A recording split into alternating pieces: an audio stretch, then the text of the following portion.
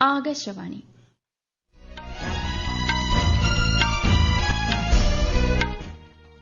നമസ്കാരം.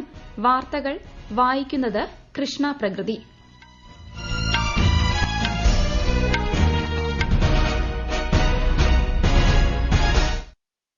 പ്രധാന വാർത്തകൾ.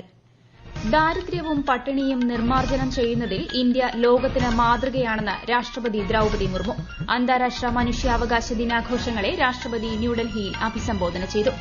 ഭരണ പ്രതിപക്ഷ വാഗ്വാദത്തെ തുടർന്ന് പാർലമെന്റിന്റെ ഇരുസഭകളും ഇന്നത്തേക്ക് പിരിഞ്ഞു.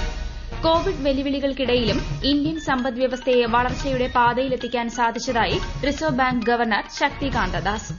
സംസ്ഥാനത്തെ 31 തദ്ദേശ വാർഡുകളിൽ ഉപതെരഞ്ഞെടുപ്പ് പുരോഗമിക്കുന്നു. വോട്ടെണ്ണൽ നാളെ. കർണാടക മുൻ മുഖ്യമന്ത്രിയും കേന്ദ്രമന്ത്രിയുമായിരുന്ന എസ് എം കൃഷ്ണ അന്തരിച്ചു. ആദരാഞ്ജലികൾ അർപ്പിച്ച് രാഷ്ട്രപതിയും പ്രധാനമന്ത്രിയും ഉൾപ്പെടെയുള്ള പ്രമുഖർ. വാർത്തകൾ വിശദമായി. ദാരിദ്ര്യവും പട്ടിണിയും നിർമ്മാർജ്ജനം ചെയ്യുന്നതിലും യുവജനങ്ങൾക്ക് തുല്യ അവസരം ലഭ്യമാക്കുന്നതിലും ഇന്ത്യ ലോകത്തിന് മാതൃകയാണെന്ന് രാഷ്ട്രപതി ദ്രൌപദി മുർമു. അന്താരാഷ്ട്ര മനുഷ്യാവകാശ ദിനത്തോടനുബന്ധിച്ച് ദേശീയ മനുഷ്യാവകാശ കമ്മീഷൻ ന്യൂഡൽഹിയിൽ സംഘടിപ്പിച്ച പരിപാടിയെ അഭിസംബോധന ചെയ്യുകയായിരുന്നു രാഷ്ട്രപതി. സാധാരണക്കാരുടെ ശബ്ദമാകുന്നതിൽ ദേശീയ മനുഷ്യാവകാശ കമ്മീഷനെയും ഇന്ത്യൻ നീതിന്യായ വ്യവസ്ഥയെയും രാഷ്ട്രപതി പ്രശംസിച്ചു. കാലാവസ്ഥാ വ്യതിയാനം, സൈബർ കുറ്റകൃത്യങ്ങൾ എന്നിവ മനുഷ്യാവകാശങ്ങൾക്ക് മേലുള്ള പുതിയ ഭീഷണികളാണെന്നും രാഷ്ട്രപതി ചൂണ്ടിക്കാട്ടി. We are confronted with emerging challenges. Cyber crimes and climate change are new threats to human rights. The digital era, while transformative, has brought with it complex issues such as cyberbullying, deepfake, privacy concerns, and spread of misinformation. These challenges underscore the importance of fostering a safe, secure, and equitable digital environment that protects the rights and dignity of every individual. അന്താരാഷ്ട്ര മനുഷ്യാവകാശ പ്രഖ്യാപനത്തിന്റെ സ്മരണ പുതുക്കിയാണ് December 10 ലോക മനുഷ്യാവകാശ ദിനമായി ആഘോഷിക്കുന്നത്. 1948 ഇതേ ദിവസമാണ് മനുഷ്യാവകാശ പ്രഖ്യാപനത്തിന് ഐക്യരാഷ്ട്ര പൊതുസഭ അംഗീകാരം നൽകിയത്. നമ്മുടെ അവകാശങ്ങൾ, നമ്മുടെ ഭാവി എന്നതാണ് ഈ വർഷത്തെ പ്രമേയം. സംസ്ഥാനത്തും ദിനാഘോഷവുമായി ബന്ധപ്പെട്ട് നിരവധി പരിപാടികളാണ് സംഘടിപ്പിച്ചിട്ടുള്ളത്. ഭരണ പ്രതിപക്ഷ വാഗ്വാദത്തെ തുടർന്ന് പാർലമെന്റിന്റെ ഇരുസഭകളും ഇന്നത്തേക്ക് പിരിഞ്ഞു. 12 മണിവരെ നിർത്തിവച്ച് സഭാ നടപടികൾ പുനരാരംഭിച്ചെങ്കിലും ബഹളം തുടർന്നതിനാൽ ഇന്നത്തേക്ക് പിരിയുകയായിരുന്നു. ലോക്സഭാ നടപടികൾ തുടർച്ചയായി തടസ്സപ്പെടുന്നതിൽ അതൃപ്തി പ്രകടിപ്പിച്ച സ്പീക്കർ ഓം ബിർള പ്രതിപക്ഷ എംപിമാരുടെ പെരുമാറ്റത്തെ രൂക്ഷമായി വിമർശിച്ചു. ജനങ്ങളുടെ പ്രതീക്ഷകൾ നിറവേറ്റാൻ സഭാ നടപടികൾ സുഗമമായി മുന്നോട്ടു പോകേണ്ടതുണ്ടെന്നും അംഗങ്ങൾ അച്ചടക്കം പാലിക്കണമെന്നും അദ്ദേഹം പറഞ്ഞു. എന്നാൽ ഭരണപക്ഷമാണ് നടപടികൾ തടസ്സപ്പെടുത്തുന്നതെന്ന് പ്രതിപക്ഷ എംപിമാർ പ്രതികരിച്ചു. ഇതിനെതിരെ ഭരണപക്ഷ എംപിമാർ മുദ്രാവാക്യവുമായി രംഗത്ത് വന്നതോടെ സഭ പ്രക്ഷുബ്ധമായി. തുടർന്ന് നടപടികൾ നിർത്തിവയ്ക്കുകയായിരുന്നു. രാജ്യസഭയിലും സമാന സംഭവങ്ങളാണ് അരങ്ങേറിയത്. ഡൽഹിയിലെ ക്രമസമാധാന പ്രശ്നങ്ങൾ ആം ആദ്മി എംപി സഞ്ജയ് സിംഗ് സഭയിൽ ഉന്നയിച്ചു. ഇതിനെതിരെ ഭരണപക്ഷ എംപിമാർ രംഗത്ത് വന്നതോടെ സഭ പ്രക്ഷുബ്ധമായി. തുടർന്ന് സഭാ നടപടികൾ നിർത്തിവയ്ക്കുന്നതായി രാജ്യസഭാ അധ്യക്ഷൻ ജഗ്ദീപ് ധൻഖർ അറിയിക്കുകയായിരുന്നു.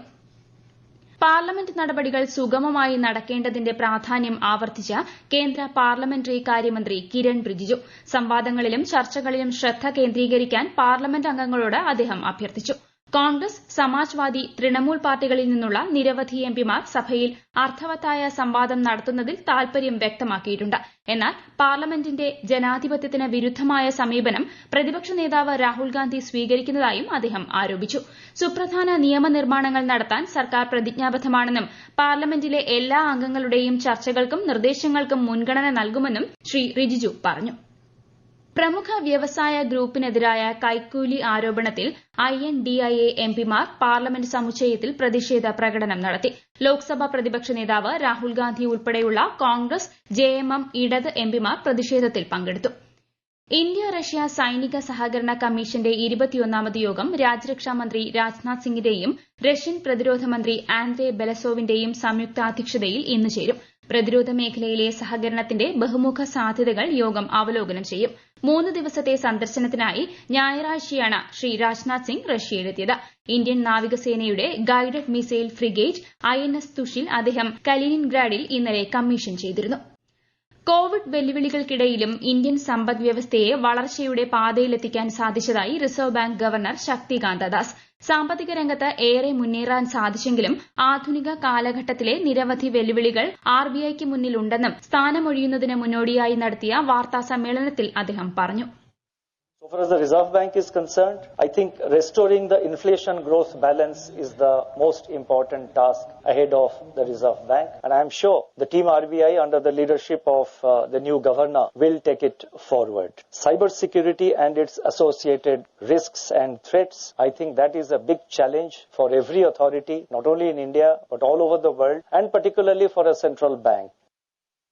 റിസർവ് ബാങ്കിന്റെ പുതിയ ഗവർണറായി റവന്യൂ സെക്രട്ടറി സഞ്ജയ് മൽഹോത്ര നാളെ ചുമതലയേൽക്കും. 3 വർഷത്തേക്കാണ് നിയമനം.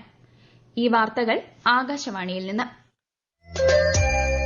ആകാശവാണി വാർത്തകളും വാർത്താധിഷ്ഠിത പരിപാടികളും All India Radio News Thiruvananthapuram YouTube ചാനലിലും All India Radio News Thiruvananthapuram Facebook പേജിലും AR ന്യൂസ് _തിരുവനന്തപുരം ഇൻസ്റ്റഗ്രാം അക്കൌണ്ടിലും AR ന്യൂസ് _TVM X ഹാൻഡിലും ലഭ്യമാണ്. സംസ്ഥാനത്തെ 31 തദ്ദേശ വാർഡുകളിൽ ഉപതെരഞ്ഞെടുപ്പ് പുരോഗമിക്കുന്നു. മലപ്പുറം ജില്ലാ പഞ്ചായത്തിലെ തൃക്കലങ്ങോട് വാർഡ് ഉൾപ്പെടെ 11 ജില്ലകളിലായി 4 ബ്ലോക്ക് പഞ്ചായത്ത് വാർഡുകൾ, 3 മുനിസിപ്പാലിറ്റി വാർഡുകൾ, 23 ഗ്രാമപഞ്ചായത്ത് വാർഡുകൾ എന്നിവിടങ്ങളിലാണ് ഉപതെരഞ്ഞെടുപ്പ്. നാളെയാണ് വോട്ടെണ്ണൽ. എല്ലാ മേഖലയിലും വൈദഗ്ധ്യം നേടിയ ലോകത്തിലെ തന്നെ ഏറ്റവും മികച്ച പോലീസ് സേനകളിലൊന്നാണ് കേരള പോലീസെന്ന് മുഖ്യമന്ത്രി പിണറായി വിജയൻ. തിരുവനന്തപുരം പേരൂർക്കട SAP ഗ്രൌണ്ടിൽ വിവിധ ബറ്റാലിയനുകളിൽ പരിശീലനം പൂർത്തിയാക്കിയ പോലീസ് കോൺസ്റ്റബിൾമാരുടെ പാസിംഗ് ഔട്ട് പരേഡിൽ അഭിവാദ്യം സ്വീകരിച്ച ശേഷം സംസാരിക്കുകയായിരുന്നു മുഖ്യമന്ത്രി. ആധുനിക കാലഘട്ടത്തിന്റെ പ്രത്യേകതയായ സൈബർ കുറ്റകൃത്യങ്ങൾ ഉൾപ്പെടെ കണ്ടെത്താൻ സേനയ്ക്ക് സാധിക്കുന്നുണ്ടെന്നും മുഖ്യമന്ത്രി പറഞ്ഞു. കർണാടക മുൻ മുഖ്യമന്ത്രിയും കേന്ദ്രമന്ത്രിയുമായിരുന്ന SM കൃഷ്ണ അന്തരിച്ചു. 92 വയസ്സായിരുന്നു. വാർദ്ധക്യ സഹജമായ അസുഖങ്ങളെ തുടർന്ന് ബംഗളൂരുവിലെ വസതിയിൽ ഇന്ന് പുലർച്ചെയായിരുന്നു അന്ത്യം. 2009 മുതൽ 2012 വരെ UPA സർക്കാരിൽ വിദേശകാര്യമന്ത്രിയായിരുന്നു. 1999 മുതൽ 2004 വരെ കർണാടക മുഖ്യമന്ത്രിയായും 2004 മുതൽ 2008 വരെ മഹാരാഷ്ട്ര ഗവർണറായും അദ്ദേഹം പ്രവർത്തിച്ചിരുന്നു. 2023 രാജ്യം പത്മ പുരസ്കാരം നൽകി ആദരിച്ചു. SM കൃഷ്ണയുടെ നിര്യാണത്തിൽ രാഷ്ട്രപതി ദ്രൌപദി മുർമു, പ്രധാനമന്ത്രി നരേന്ദ്രമോദി തുടങ്ങി പ്രമുഖ നേതാക്കൾ അനുശോചനം രേഖപ്പെടുത്തി. രാജ്യസഭയും അദ്ദേഹത്തിന് ആദരാഞ്ജലികൾ അർപ്പിച്ചു. UPSC സിവിൽ സർവീസ് മെയിൻസ് പരീക്ഷാ ഫലം പ്രഖ്യാപിച്ചു. UPSC വെബ്സൈറ്റിൽ ഫലം ലഭ്യമാണ്. ഇന്റർവ്യൂ തീയതി പിന്നീട് അറിയിക്കും. ഇന്ത്യയുമായുള്ള ബന്ധം ശക്തമായി നിലനിർത്താൻ ആഗ്രഹിക്കുന്നതായും നിലവിൽ നേരിടുന്ന ചില പ്രശ്നങ്ങൾക്ക് എത്രയും വേഗം പരിഹാരം കാണാൻ സാധിക്കുമെന്ന് പ്രത്യാശിക്കുന്നതായും ബംഗ്ലാദേശിലെ ന്യൂനപക്ഷ വിഭാഗങ്ങളുടെ സുരക്ഷയിൽ ഇന്ത്യ ആശങ്ക പ്രകടിപ്പിച്ചതായും ഇന്ത്യൻ വിദേശകാര്യ സെക്രട്ടറിയുമായുള്ള ചർച്ചകൾക്ക് ശേഷം ബംഗ്ലാദേശ് വിദേശകാര്യ സെക്രട്ടറി മുഹമ്മദ് ജാഷിം ഉഡിൻ പറഞ്ഞു. ബംഗ്ലാദേശുമായി ഫലപ്രദമായ ബന്ധം കാത്തുസൂക്ഷിക്കാൻ ഇന്ത്യ താൽപര്യപ്പെടുന്നതായി ഇന്ത്യൻ വിദേശകാര്യ സെക്രട്ടറി വിക്രം മിശ്രിയും വ്യക്തമാക്കിയിരുന്നു. 7ാമത് സ്മാർട്ട് ഇന്ത്യ ഹാക്കത്തോൺ ഫൈനൽ റൌണ്ടിന് നാളെ തുടക്കമാകും. കേന്ദ്ര വിദ്യാഭ്യാസ മന്ത്രി ധർമ്മേന്ദ്ര പ്രധാൻ പരിപാടി ഉദ്ഘാടനം ചെയ്യും.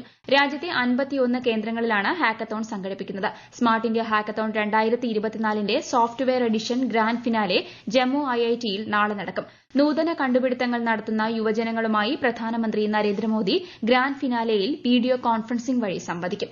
സ്മാർട്ട് ഇന്ത്യ ഹാക്കത്തോണിന്റെ 7ാമത് എഡിഷൻ ഈ വർഷം ഓഗസ്റ്റിലാണ് ആരംഭിച്ചത്. ഒമാനിൽ നടക്കുന്ന ഏഷ്യാ കപ്പ് വനിതാ ജൂനിയർ ഹോക്കിയിൽ ഇന്ത്യയ്ക്ക് ജയം. മലേഷ്യയെ ഏകപക്ഷീയമായ 5 ഗോളുകൾക്കാണ് ഇന്ത്യ പരാജയപ്പെടുത്തിയത്. മത്സരചിത്രത്തിൽ മലേഷ്യയ്ക്കെതിരെ ഇന്ത്യയുടെ തുടർച്ചയായ 3ാം ജയമാണിത്. യുക്രൈനുമായുള്ള സമാധാന ചർച്ചകൾക്ക് സന്നദ്ധതയറിയിച്ച റഷ്യ. ഇരു രാജ്യങ്ങൾക്കുമിടയിൽ അടിയന്തര വെടിനിർത്തൽ ആവശ്യമാണെന്ന് നിയുക്ത അമേരിക്കൻ പ്രസിഡന്റ് ഡൊണാൾഡ് ട്രംപ് ആവശ്യപ്പെട്ടതിന് പിന്നാലെയാണ് റഷ്യയുടെ പ്രസ്താവന. സംഘർഷത്തിൽ നിരവധി പേർക്ക് ജീവൻ നഷ്ടപ്പെടുന്നതിൽ ഡൊണാൾഡ് ട്രംപ് സമൂഹമാധ്യമത്തിലൂടെ ആശങ്ക വ്യക്തമാക്കിയിരുന്നു. സമാധാന ചർച്ചകൾക്കായി ഗ്ലോബൽ സൌത്ത് രാജ്യങ്ങളും ബ്രിക്സ് അംഗരാജ്യങ്ങളും നടത്തുന്ന പ്രവർത്തനങ്ങളെ റഷ്യ സ്വാഗതം ചെയ്തു. എന്നാൽ യുക്രൈൻ പ്രസിഡന്റ് വോളോഡിമർ സെലൻസ്കി സമവായ ചർച്ചകൾക്ക് വഴങ്ങുന്നില്ലെന്നും റഷ്യ ആരോപിച്ചു. ദക്ഷിണാഫ്രിക്കയുടെ ആതിഥേയത്വത്തിലുള്ള G20 സമ്മേളനത്തിന്റെ ആദ്യ യോഗത്തിന് ഇന്ന് തുടക്കമാകും. ഈ മാസം 1-നാണ് ദക്ഷിണാഫ്രിക്ക ആതിഥേയത്വം ഏറ്റെടുത്തത്.